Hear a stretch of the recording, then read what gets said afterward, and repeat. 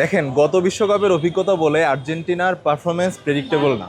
গত বিশ্বকাপে যে টিম ছিল, যে পারফরমেন্স ছিল, সে অনুযায়ী আমরা আশা করিনি যে বিশ্বকাপের ফাইনাল খেলবো বা কাপ জিতবো।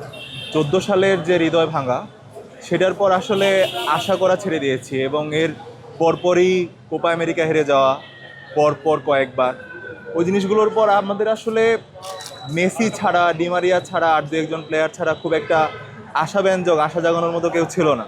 তো 2022 বিশ্বকাপে যেমন প্রেডিক্ট করি নাই, ধারণা করি নাই, আশা করি নাই যে আর্জেন্টিনা কাপ পাবে, তো সেই জায়গা থেকে আর্জেন্টিনা কাপ পেয়েছে। এবারও মোটামুটি দলে ওই বিশ্বকাপের ওই টিমের প্লেয়ারগুলো আছে। তো এবারও প্রেডিক্ট করতে পারছি না, আশাও করতে পারছি না, নিশ্চিতও বলতে পারছি না, কিন্তু স্বপ্ন দেখি যে যতদূর যাওয়া সম্ভব কাপ না জিতি অন্তত সম্মানজনক একটা বিদায় মেসির জন্য হবে এই বিশ্বকাপটা।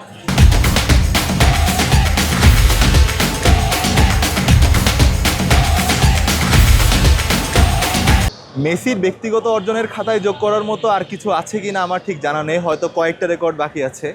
তবে মেসির বই খাতার মধ্যে লেখার মতো রেকর্ড সে যতই পূরণ করুক বা না করুক, মেসি মানুষের মনে যতটুকু জায়গা করে নিয়েছে, স্মরণকালে ফুটবলের অন্য কোনো খেলোয়াড় এ পর্যন্ত সেই পরিমাণ জায়গা মানুষের মনে করে নিতে পেরেছে কিনা সেই জিনিসটা আমার সন্দেহ আছে। এবং বর্তমানে আমার ব্রাজিল সমর্থক যে ভাই বন্ধুরা আছেন তাদেরকে জিজ্ঞেস করলেও তারাও কিন্তু 2022 সালের পর থেকে মেসির অর্জনটাকে আর অস্বীকার করেন না, মেসিকে ট্রোল করেন না, মেসিকে একটা সম্মানজনক পর্যায়ে তারাও দেখেন।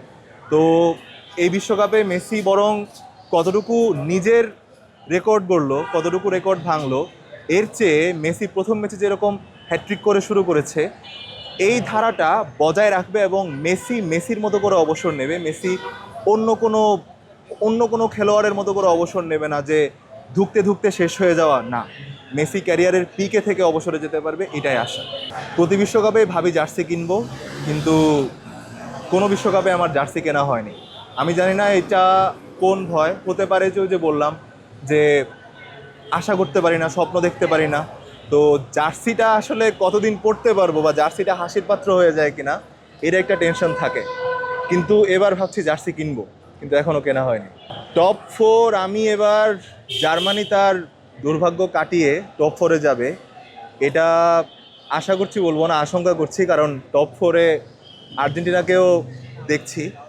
আর্জেন্টিনা জার্মানি মুখোমুখি হওয়াটা কাইন্ড অফ আমাদের জন্য ভীতিকর পরিস্থিতি সৃষ্টি করেছে, যেহেতু আমাদের একটা ইতিহাস আছে।